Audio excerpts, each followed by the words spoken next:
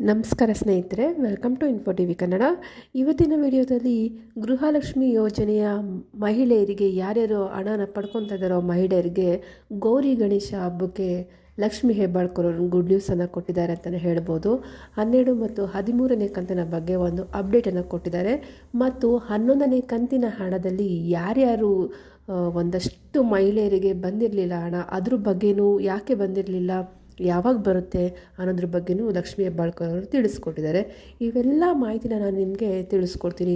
ನೀವೇನಾದರೂ ಫಸ್ಟ್ ನಮ್ಮ ಚಾನಲ್ ನೋಡ್ತಿದ್ರೆ ಪ್ಲೀಸ್ ಸಬ್ಸ್ಕ್ರೈಬ್ ಮಾಡ್ಕೊಂಡು ನೋಡಿ, ಮತ್ತು ವಿಡಿಯೋನ ಎಲ್ಲೂ ಸ್ಕಿಪ್ ಮಾಡಿದ್ರೆ ನೋಡೋದ್ರಿಂದ ನಿಮಗೆ ಇದೆಲ್ಲ ಮಾಹಿತಿ ನಿಮಗೆ ಸಿಗುತ್ತೆ.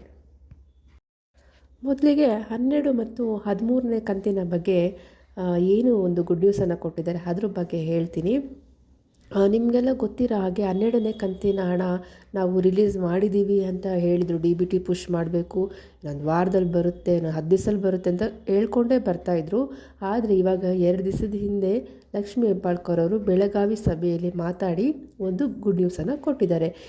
ಕೆಲವೊಂದು ತಾಂತ್ರಿಕ ದೋಷದಿಂದ ನಾವು ಆ ಹಣವನ್ನು ಪುಷ್ ಮಾಡೋಕ್ಕಾಗಿರಲಿಲ್ಲ, ಅಂದರೆ ಜಮಾ ಮಾಡೋಕ್ಕಾಗಿರಲಿಲ್ಲ. ಆದರೆ ಇವಾಗ CM ಜೊತೆಗೆ ಈ ಎಲ್ಲ ಚರ್ಚೆನ ನಡೆಸಿ ನಾವು 12 ಮತ್ತು 13ನೇ ಕಂತಿನ ಹಣ ಬಿಡುಗಡೆಯ ಬಗ್ಗೆ ಮಾತಾಡಿದ್ದೀನಿ. ಇನ್ನೊಂದು ವಾರದಲ್ಲೇ 12 ಮತ್ತು 13ನೇ ಕಂತಿನ ಹಣ ಎಲ್ಲ ಮಹಿಳೆಯರಿಗೆ ಬರುತ್ತೆ. ಒಟ್ಟಿಗೆ 4,000 ರೂಪಾಯಿ ಮಹಿಳೆಯರ ಖಾತೆಗೆ ಬರುತ್ತೆ ಅನ್ನೋದನ್ನು ತಿಳಿಸ್ಕೊಟ್ಟಿದ್ದಾರೆ.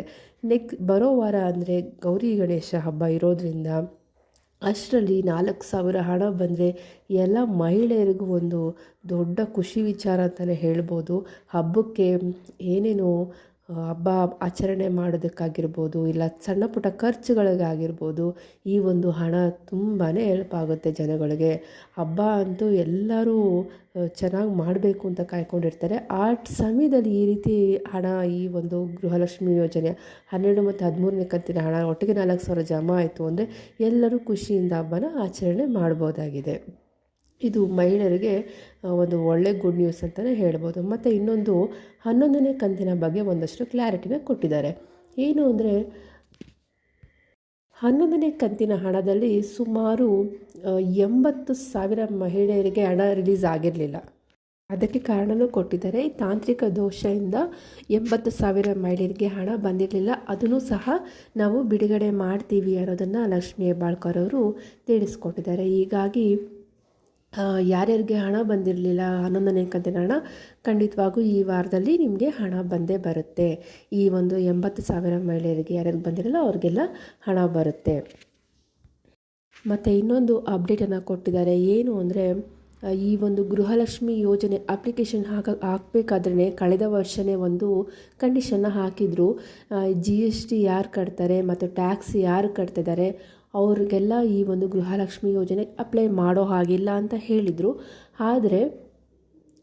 ಆದರೂ ಕೂಡ ಜನಗಳು ಏನು ಮಾಡಿದರು ಅಂದರೆ, ಅವರು ಟ್ಯಾಕ್ಸ್ ಪೇಯರ್ ಆಗಿದ್ರು, GST ಪೇಯರ್ ಆಗಿದ್ರು ಈ ಒಂದು ಗೃಹಲಕ್ಷ್ಮಿ ಯೋಜನೆಗೆ ಅಪ್ಲೈ ಮಾಡಿ ಹಣನ ಪಡ್ಕೊತಾಯಿದ್ರು. ಸೊ ಅಂಥ ಒಂದು ಅಪ್ಲಿಕೇಶನ್ಸ್ ಏನಿತ್ತು 15,000 ಅಪ್ಲಿಕೇಶನ್ನ ಇವಾಗ ರಿಜೆಕ್ಟ್ ಮಾಡಿದ್ದೀವಿ ಅಂತಲೂ ತಿಳಿಸ್ಕೊಂಡಿದ್ದಾರೆ. ಇನ್ನು ಮುಂದೆ ಯಾರು ಈ ಒಂದು 15,000 ಮಹಿಳೆಯರು ಯಾರಿದ್ರೋ ಅವ್ರಿಗೆಲ್ಲ ಇನ್ನು ಯಾವುದೇ ಒಂದು ಕಂತಿನ ಹಣ ಬರೋದಿಲ್ಲ. ಇನ್ನು ಮುಂದೆ ಅವರ ಒಂದು ಅರ್ಜಿನ ತಿರಸ್ಕರಿಸಲಾಗಿದೆ ಅಂತಲೂ ಸಹ ಒಂದು ಅಪ್ಡೇಟನ್ನು ಕೊಟ್ಟಿದ್ದಾರೆ.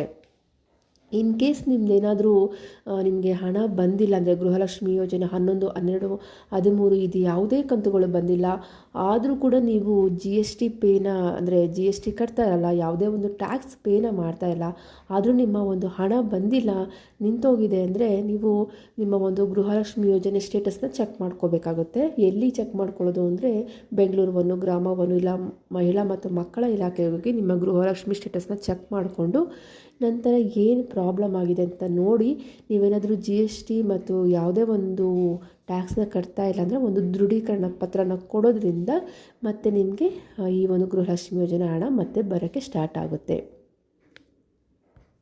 ಈ ಒಂದು ಗೃಹಲಕ್ಷ್ಮಿ ಯೋಜನೆಯಿಂದ ಎಷ್ಟೋ ಜನಕ್ಕೆ ಎಷ್ಟು ಒಳ್ಳೆಯದಾಗ್ತಾ ಇದೆ ಅಂದರೆ, ಒಂದು ಅಜ್ಜಿ, ನಮ್ಮ ಕರ್ನಾಟಕ ರಾಜ್ಯದ ಒಂದು ಅಜ್ಜಿ ಏನು ಮಾಡಿದ್ದಾರೆ, ಈ ಒಂದು ಗೃಹಲಕ್ಷ್ಮಿ ಯೋಜನೆ ಹಣ ಎಲ್ಲ ಪಡ್ಕೊಂಡು ಇಡೀ ಊರಿಗೆ ಒಂದು ಹೋಳಿಗೆ ಊಟನ ಹಾಕಿದ್ದಾರೆ. CM ಸಿದ್ದರಾಮಯ್ಯ ಅವರು ಸಹ ಆ ಒಂದು ಅರ್ಜಿಗೆ ಸನ್ಮಾನ ಮಾಡಿ ಒಳ್ಳೆಯದಾಗಲಿ ಅಂತ ಹೇಳಿದ್ದಾರೆ. ಈ ರೀತಿ ಒಂದು ಒಳ್ಳೆಯ ಒಂದು ಉದ್ದೇಶಕ್ಕೆ ಗೃಹಲಕ್ಷ್ಮಿ ಯೋಜನೆ ಹಣ ಬಳಕೆ ಆಗ್ತಾ ಇರೋದು ತುಂಬಾ ಒಳ್ಳೆಯದು.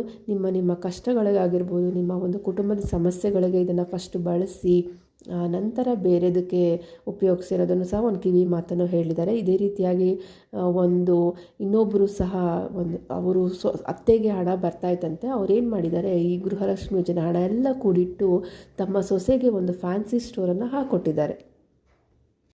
ಇದನ್ನೆಲ್ಲ ನೋಡಿದ್ರೆ ಎಷ್ಟು ಖುಷಿಯಾಗುತ್ತೆ ಅಂದರೆ, ಒಂದು ಒಳ್ಳೆಯ ರೀತಿಯಲ್ಲಿ ಹಣ ಬಳಕೆ ಆಗ್ತಾಯಿದೆ.